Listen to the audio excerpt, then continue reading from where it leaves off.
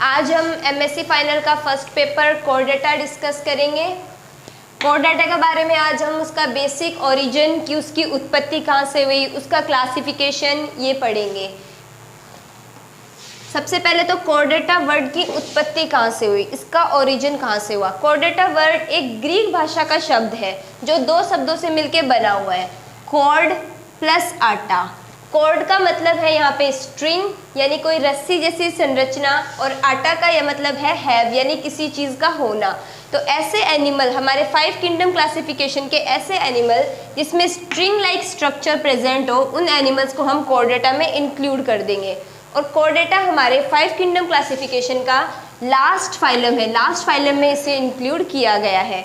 अब ये string like जैसी स्ट्रक्चर है क्या जो कोर डाटा में प्रेजेंट है, उसे हम कहते हैं नोटोकोड। नोटोकोड हमारे लाइफ के किसी भी स्टेज में, हमारी पूरी लाइफ स्पैन में किसी भी स्टेज में ये प्रेजेंट हो सकता है। हमारे एम्ब्रियोनिक स्टेज में, हमारे भ्रूण अवस्था में, या फिर अडल्ट स्टेज में भी पाए जा सकते हैं। कई एनिमल्स में क्या होता है, जो नोटोकोड है वो आगे जाके वर्टिब्रल कॉलम में चेंज हो जाता है। उन एनिमल्स को हम वर्टिब्रेटा में इंक्लूड कर देंगे। ये हम आगे बाद में डिस्कस करेंगे। आज हम सिर्फ कोर डाटा का बेसिक ओरिजिन और उसका क्लासिफिकेशन क्या है, जो हमारी एमएससी फाइनल की जो फर्स्ट यूनिट है वो डिस्कस कर रहे हैं। अब ऐसे एनिमल जिसमें नोटोकोड प्रेजेंट है उन्हें हमने कोर डाटा में इंक्लूड कर दिया। तो बस क्या एक यही कैरेक्टर है जो कोर डाटा में एनिमल को इंक्लूड करने के लिए इनफ है? और भी ऐसे कई बेसिक कैरेक्टर है जिनका होना ज़रूरी है ताकि हम उसे कोर डाटा में इंक्लूड कर सके, जैसे कि nerve code, notochord, pharyngeal pouches. ये 3 बेसिक ऐसे कैरेक्टर हैं जो किसी एनिमल में अगर प्रेजेंट है तो उसे हम डायरेक्टली कोर डाटा में इंक्लूड कर सकते हैं। ज़रूरी नहीं कि ये बस ये 3 ही बेसिक कैरेक्टर हो, और भी ऐसे कैरेक्टर है जो कोर डाटा में एनिमल में होते हैं, लेकिन वो बाकी और भी जो फाइलम है उनसे मिलता जुलता है, सेम है। लेकिन ये अगर 3 कैरेक्टर जो है नर्व कोड, नोटोकोड और फेरेंजियल पाउचेस, अगर ये 3 कैरेक्टर किसी एनिमल में है तो उसे हम डायरेक्टली कोर डाटा में इंक्लूड कर सकते हैं। Notochord, dorsal nerve cord, pharyngeal gills, इन तीनों के अलावा एक पोस्ट एनाल टेल भी ऐसा एक कैरेक्टर है जिसे हम, जो अगर किसी एनिमल में प्रेजेंट है तो उसे हम कोर डाटा में इंक्लूड कर सकते हैं।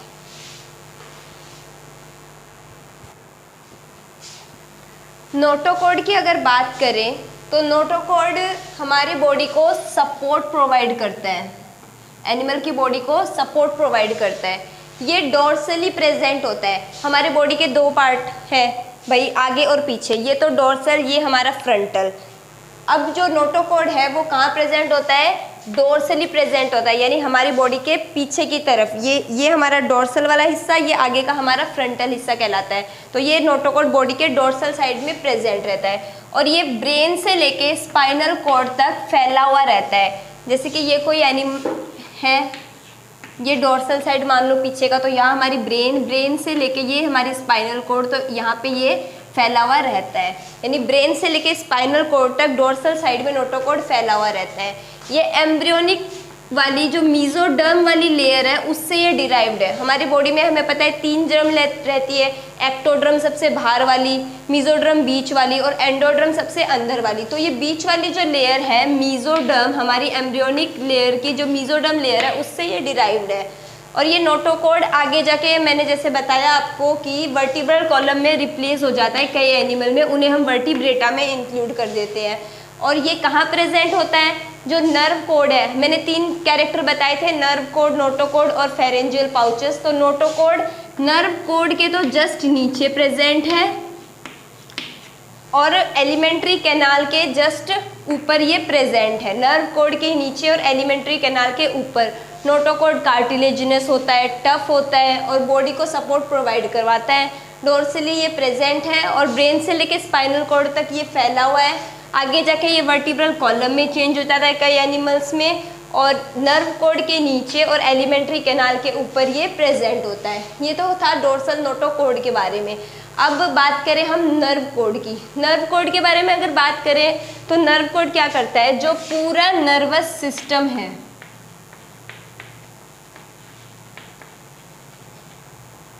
एनिमल की बॉडी का जो नर्वस सिस्टम वाला जो भाग है वो पूरा नर्व कोड बनाता है। ये भी डोर्सली प्रेजेंट होता है, डोर्सल नर्व कोड। अब बात करें नर्व कोड की। नर्व कोड की अगर बात करें तो ये भी डोर्सली प्रेजेंट होता है, इसलिए हम कहते हैं डोर्सल नर्व कोड। ये क्या है? ये जो पूरे एनिमल की जो नर्वस सिस्टम है वो बनाने के लिए रेस्पॉन्सिबल है। Nerve cord forms the whole nervous system, और ये एक्टोडर्मली ओरिजिनेटेड है। जो मैंने 3 जर्म लेयर बताई थी, एक्टोडर्म, मीजोडर्म, एंडोडर्म। नोटोकोड तो हमारी मीजोडर्म वाली लेयर से डिराइव थी और ये एक्टोडर्मली डिराइव्ड है। और ये होलो होती है, ट्यूबलर होती है। भाई एक ट्यूब जैसी स्ट्रक्चर होती है और बीच से खाली है, होलो है।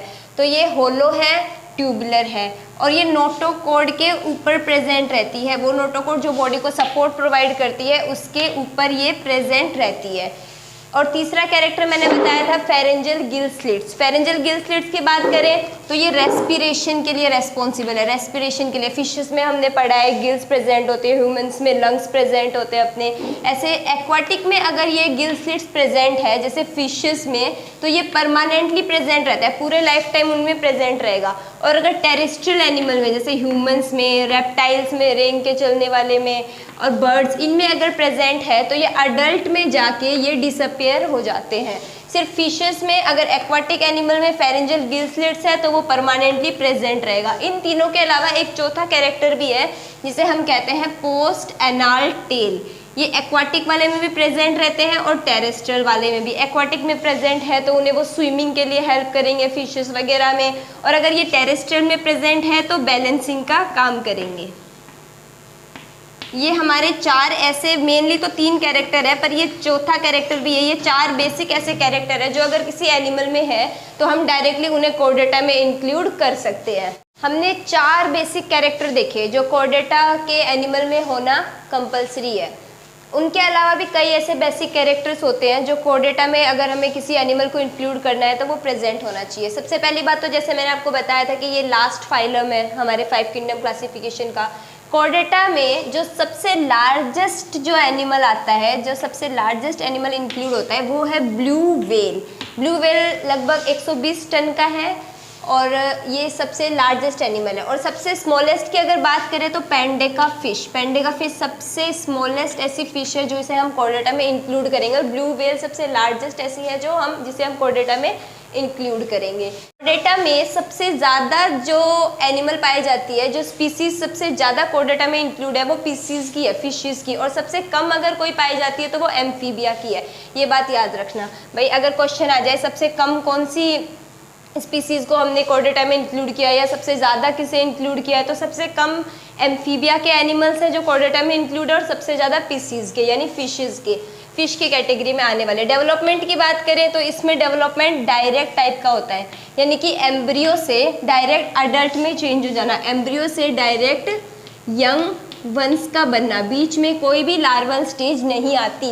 जब एग और स्पर्म का फ्यूजन होता है तब जाइकोड बनता है, जाइकोड से एम्ब्रियो, एम्ब्रियो से डायरेक्ट एडल्ट में चेंज हो जाना, ये डायरेक्ट डेवलपमेंट कहलाता है। इसके अलावा एक इनडायरेक्ट टाइप का भी डेवलपमेंट होता है जो और भी एनिमल्स में पाए जाते हैं दूसरे फाइलम के में, जिसमें एम्ब्रियो से डायरेक्ट अडल्ट में चेंज नहीं होता, बीच में लार्वल स्टेज भी आती है।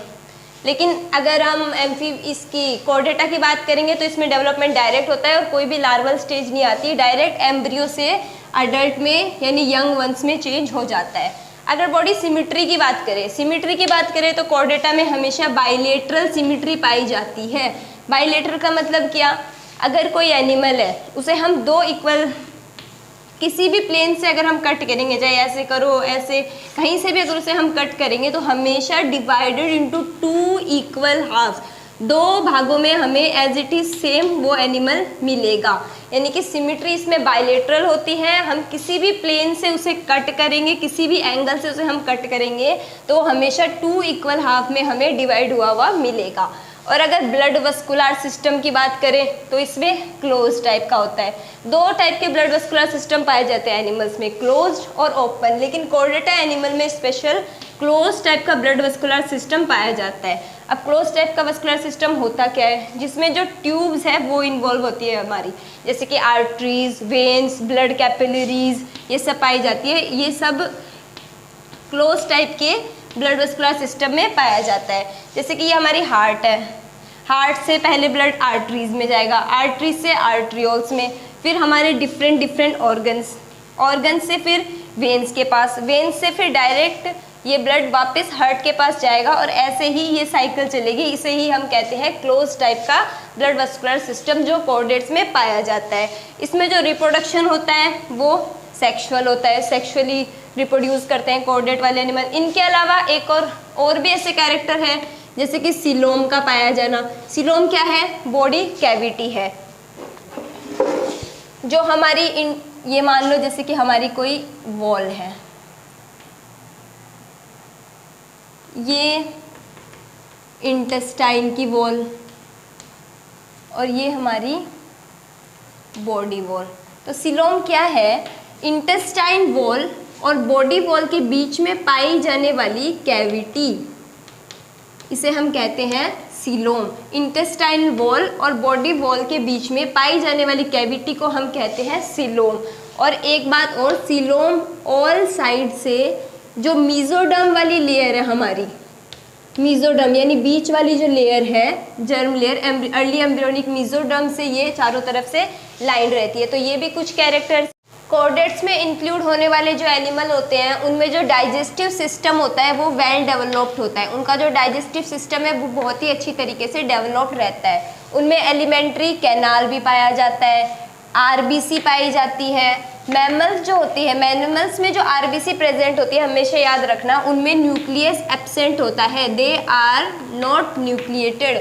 जो कॉर्डेट्स में जो पाए जाते हैं उनमें आरबीसी प्रेजेंट होता है, लेकिन मैमल्स में जो आरबीसी पाई जाती है उनमें न्यूक्लियस प्रेजेंट नहीं होता। कॉर्डेट्स के में इंक्लूड होने वाले एनिमल का जो हार्ट है वो 2, 3, 4 चैम्बर्ड हो सकता है, 2 चैम्बर भी हो सकते हैं, 3 चैम्बर भी, उसमें 4 चैम्बर भी हो सकते हैं। जो कॉर्डेट्स में इंक्लूड होने वाले जो एनिमल है उनकी जो बॉडी है, बॉडी के आउटर लेयर में एपिडर्मिस लेयर जो है वो प्रेजेंट रहती है और उसमें जो सीलोम है वो प्रेजेंट रहता है। अभी हमें आपने बताया भाई 2 नंबर में अगर क्वेश्चन आ जाए व्हाट इज सीलोम, सीलोम की डेफिनेशन तो आप ये लिख सकते हो, body cavity present between intestinal wall and body wall lined by mesoderm. यानी कि बॉडी की कैविटी जो इंटेस्टाइन की वॉल और बॉडी वॉल इन दोनों के बीच में जो कैविटी पाई जाती है उसे हम सीलोम कहते हैं। जो चारों तरफ से मीजोडर्म से लाइंड रहती है उसे हम सीलोम कहेंगे। तो कॉर्डेट में इंक्लूड होने वाले एनिमल में सीलोम भी पाया जाता है, ट्रू सीलोम पाए जाते हैं। और इसमें एक और कैरेक्टर है ये मेटामेरिज्म, मेटामेरिज्म भी पाया जाता है कॉर्डेट्स के एनिमल्स में। इनकी जो बॉडी होती है वो सेगमेंटेड होती है, सीरीज ऑफ सेगमेंट्स इनमें पाया जाता है। ये थे कुछ जनरल कैरेक्टर्स। 3 मेन कैरेक्टर मैंने आपको बताया जैसे कि notochord, dorsal notochord dorsally present होता है, डोर्सल नर्व कोड,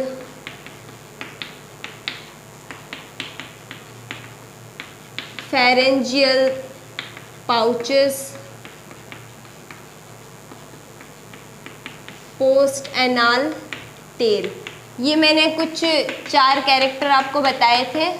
इन 4 कैरेक्टर, अगर ये 4 कैरेक्टर किसी एनिमल में प्रेजेंट है तो वो कॉर्डेट्स में इंक्लूड होंगे। इनके अलावा भी कुछ ऐसे और कैरेक्टर हैं जो कॉर्डेट्स के एनिमल में पाए जाते हैं। अब हम इसका बेसिक क्लासिफिकेशन देखेंगे, भाई कॉर्डेट्स को कैसे आगे और क्लासीफाई किया गया, उसके सब ग्रुप, उसके डिवीज़न ग्रुप्स आगे कैसे, और कॉर्डेट को आगे हम क्लासीफाई करेंगे वो हम देखेंगे।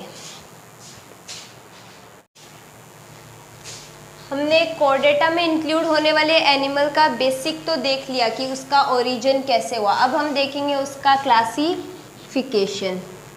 ये बेसिक क्लासिफिकेशन है कॉर्डेटा में इंक्लूड होने वाले एनिमल्स, उनको कैसे सब ग्रुप में डिवाइड किया गया, उनके डिवीज़न।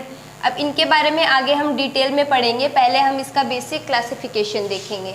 तो सबसे पहले जो फाइलम कॉर्डेटा है उसे 2 भागों में डिवाइड किया गया, एक क्रेनेटा और क्रेनेटा। ए क्रेनेटा नाम कैसे दिया? ए क्रेनेटा, यानी क्रेनेटा से याद रखो क्रेनियम। क्रेनियम का मतलब होता है ब्रेन बॉक्स, और ए से एब्सेंट, यानी ऐसे एनिमल जिसमें क्रेनियम यानी ब्रेन बॉक्स एब्सेंट होता है उसे हम कहेंगे ए क्रेनेटा, यानी क्रेनेटा ए क्रेनेटा। क्रेनियम एब्सेंट जिसमें है, ब्रेन बॉक्स जिसमें एब्सेंट है, उन्हें हम बोलेंगे ए क्रेनेटा। और क्रेनियम ब्रेन बॉक्स जिसमें प्रेजेंट है उसे हम बोलेंगे ए क्रेनेटा। अब एकरेनेटा को हम प्रोटोकॉर्डेट्स भी बोलते हैं। ये लोअर कॉर्डेट के अंदर आते हैं और इनमें कोई भी वर्टिब्रल कॉलम प्रेजेंट नहीं होता। ये चीज़ याद रखना। एकरेनेटा में इंक्लूड होने वाले जो एनिमल्स हैं उनमें क्रेनियम एब्सेंट होता है, यानी ब्रेन बॉक्स एब्सेंट होता है। वो प्रोटोकॉर्डेट्स के अंदर आते हैं, लोअर कॉर्डेट्स होते हैं और इनमें कोई भी वर्टिब्रल कॉलम प्रेजेंट नहीं होता। और जो क्रेनियम है उन्हें यू कॉर्डेट कहते हैं और ये हायर कॉर्डेट्स में इंक्लूड किए जाते हैं। अब इनको और भी आगे सब फाइलम्स में इनमें डिवाइड किया गया है। तो एकरेनेटा को हेमिकॉर्डेटा, यूरोकॉर्डेटा और सिफेलोकॉर्डेटा में डिवाइड किया गया। पहले जो हम क्लासिफिकेशन पढ़ते थे उसमें हेमिकॉर्डेटा को इंक्लूड करते थे, पर अब मॉडर्न डेज में हेमिकॉर्डेटा को यहाँ से इस क्लासिफिकेशन से, कॉर्डेटा के क्लासिफिकेशन से हटाया गया है, क्योंकि ये पूरे कॉर्डेट्स नहीं है, हाफ कॉर्डेट है, नाम में ही है हेमी यानी हाफ और कॉर्डेटा हाफ कॉर्डेटा। क्यों? इनमें जो ट्रू नोटोकॉर्ड जो थे, जो हमने देखा था कि कॉर्डेटा के एनिमल में नोटोकॉर्ड होना ज़रूरी है, वो नोटोकॉर्ड इसमें प्रेजेंट नहीं था। नोटोकॉर्ड की जगह एक स्ट्रोमोकॉर्ड प्रेजेंट था इनमें। तो इन्हें अलग करके कॉर्डेटा के क्लासिफिकेशन से हटा के एक अलग सा फाइलम बना दिया गया हेमिकॉर्डेटा यानी हाफ कॉर्डेटा का, उसमें हम इसे पढ़ेंगे। फिर दो यूरोकॉर्डेटा और सिफेलोकॉर्डेटा, इन दोनों की और भी क्लासेस आगे। यूरोकॉर्डेटा की एसिडेशिया, थैलेशिया, लार्वेशिया, इनके बारे में भी हम आगे पढ़ेंगे। सिफेलोकॉर्डेटा में है लेप्टोकॉर्डाई, सिर्फ एक क्लास है इसकी, और यूरोकॉर्डेटा की 3 क्लास थी।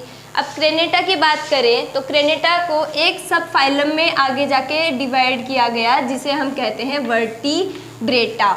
अब वर्टिब्रेटा को भी आगे जाके 2 डिवीजन में डिवाइड किया गया, एगेनेथा और गेनेथोस्टोमेटा। एगेनेथा की बात करें, गेनेथा यानी जॉज यानी जबड़े, ए यानी वही क्रेनियम वाली बात एब्सेंट, तो एगेनेथा यानी कि ऐसे एनिमल को इंक्लूड किया गया एगेनेथा में जिसमें जॉज एब्सेंट हो, वो कहलाएंगे एगेनेथा यानी विदाउट जॉज। और जिसमें जो गेनेथोस्टोमेटा यानी जॉज प्रेजेंट है विद जॉज, वो कहलाएंगे गेनेथोस्टोमेटा।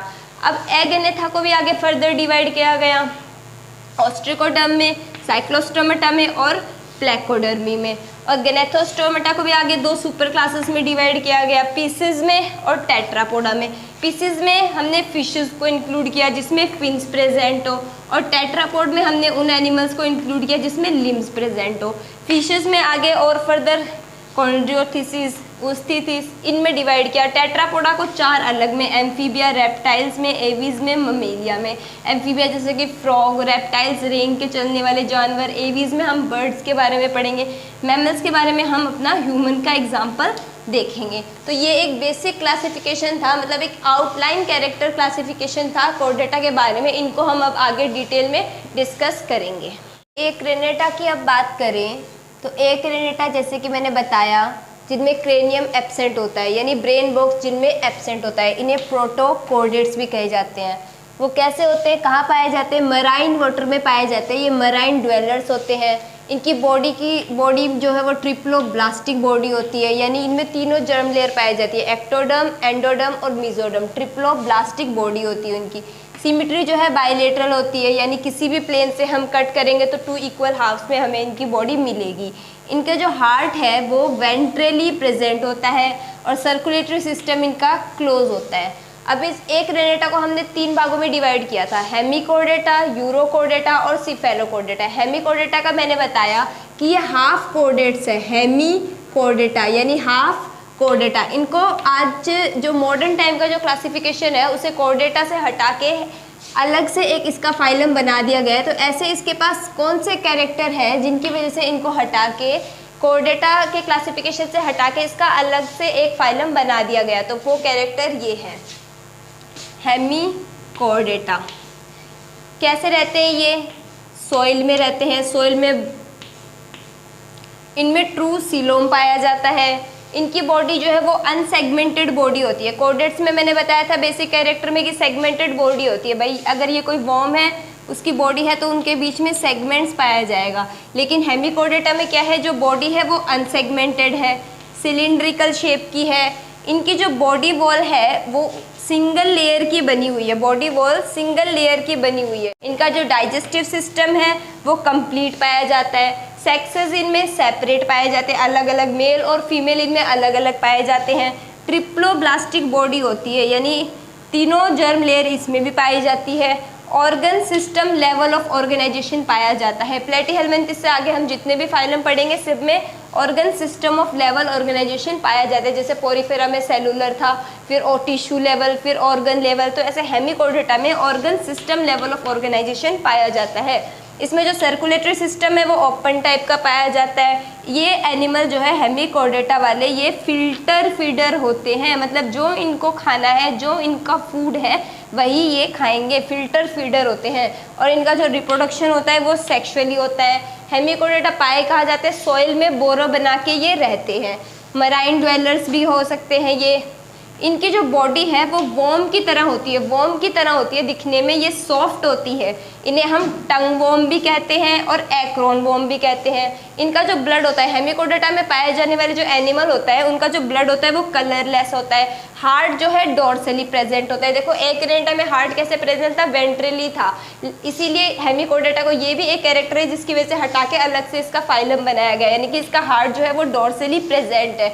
हमने देखा था कोर्डेट में प्रेजेंट सारे एनिमल्स में क्या होना चाहिए, नोटोकोड, लेकिन इसमें नोटोकोड की जगह पे क्या है, स्ट्रोमोकोड। ये भी एक रीज़न है जिसकी वजह से इसको अलग फाइलम में रखा गया। इसमें जो इसका जो डेवलपमेंट है वो डायरेक्ट भी हो सकता है और इनडायरेक्ट भी हो सकता है, लेकिन कोर्डेटा के जनरल कैरेक्टर में हमने देखा था कि सिर्फ डायरेक्ट डेवलपमेंट ही होना चाहिए, लेकिन इसमें इनडायरेक्ट भी है। इनडायरेक्ट डेवलपमेंट कैसे, क्योंकि ये जो एनिमल है, ये जो वॉर्म्स है वो मेटामॉर्फोसिस करते हैं। मेटामॉर्फोसिस का मतलब क्या है, जब एम्ब्रियो अडल्ट में चेंज होता है तो बीच में लार्वल स्टेज आती है। एम्ब्रियो, फिर लार्वल स्टेज आएगी और फिर वो अडल्ट में चेंज होगा, यानी कि डायरेक्ट भी डेवलपमेंट हो सकता है और इनडायरेक्ट डेवलपमेंट भी हो सकता है। इसका जो फर्टिलाइजेशन है वो एक्सटर्नल होता है। अब सबसे अच्छा एग्जाम्पल हम हेमिकोर्डेटा का अगर देखें तो वो है बेलेनोग्लोसस का एग्जाम्पल देखेंगे। अब बेलेनोग्लोसस का एग्जाम्पल देखेंगे, इसकी बॉडी 3 पार्ट में डिवाइड रहती है, प्रोबोसिस में, कॉलर में और ट्रंक में। प्रोबोसिस, कॉलर और ट्रंक में डिवाइड रहती है। अब जो बेलेनोग्लोसस का जो लार्वा है उसे हम कहते हैं टोर्नेरिया लार्वा, यानी कि जब बेलेनोग्लोसस का एम्ब्रियो अडल्ट में चेंज होता है तो बीच में जो लार्वल स्टेज आती है उसके बाद ये चेंज होता है, यानी मेटामॉर्फोसिस करने वाले एनिमल भी इंक्लूड होते हैं हेमिकोर्डेटा में।